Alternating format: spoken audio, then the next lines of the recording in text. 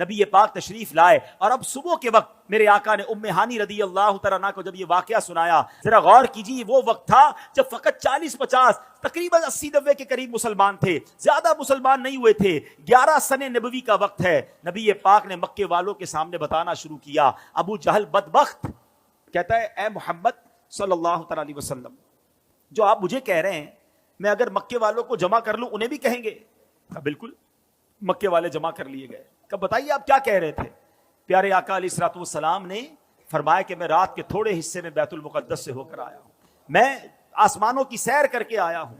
اللہ اکبر، مکے میں شور بچ گیا۔ ابو جہل نے بدبخت نے نبی پاک کی گستاخی کرنا شروع کی۔ کہا دیکھو یہ کیسی بات کرتے ہیں۔ کفر والے تو تھے ہی تھے، کچھ ایمان والے بھی تذبذب ہو گئے۔ جو کمزور ایمان والے تھے ان پر بھی امتحان کی گھڑی آ گئی۔ یاد رکھیے گا، واقعہ معراج جہاں نبی پاک کی شان اور قدر و منزلت کو بیان کرتا ہے، وہاں یہ ایمان والوں کا امتحان بھی ہے، یہ ٹیسٹ بھی ہے کہ تمہیں اپنے نبی پر کتنا اعتماد ہے۔ اللہ اکبر، جب یہ شور شرابہ ہوا تو مکے والوں نے کہا کہ آج موقع اچھا ہے ابو بکر صدیق کو پیارے آقا سے دور کرنے کا۔ یاد رہے سیدنا صدیق اکبر اس زمانے میں بھی بڑے معزز تھے، بڑے بیپاری تھے، ان کا مسلمان ہونا کافروں کو بڑا کھٹکتا تھا۔ انہوں نے کہا کسی طرح ان کو دور کر دو، اسلام کمزور ہو جائے گا۔ فوراً پہنچے صدیق اکبر کے گھر پر، دروازہ کھٹکھٹایا، دروازہ کھلا۔ کہا ابو بکر تم جانتے ہو تمہارے نبی کیا کہتے ہیں، جن کا تم بڑا نام لیتے ہو، بڑا عجیب دعویٰ کرتے ہیں۔ کہا بتاؤ کیا کہتے ہیں؟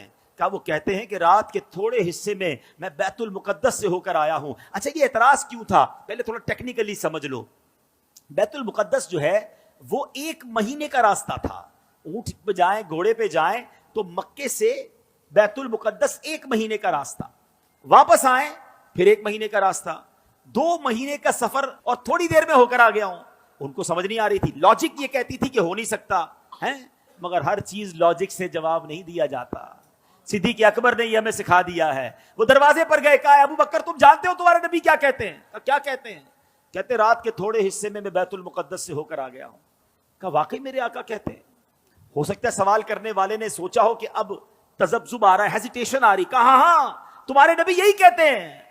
کہا اگر میرے آقا فرماتے ہیں تو حق فرماتے ہیں، سچ فرماتے ہیں۔ کہا اے ابو بکر تم تو بڑے ہوشیار، بڑے عقل مند، تم کیسے یقین سے کہہ سکتے ہو یہ سچ ہے؟ کیا کمال کا جواب دیا۔ فرماتے میں تو اس سے بڑی خبروں کی تصدیق کرتا ہوں۔ جب نبی پاک مجھے آسمان کی خبر دیتے ہیں کہ جبریل آتے ہیں، قرآن لاتے ہیں، وحی نازل ہوتی ہے، نہ جبریل کو دیکھا نہ قرآن نازل ہوتے دیکھا، میں نبی پاک کی جب ان باتوں کو مانتا ہوں تو میں اس کو بھی مانتا ہوں۔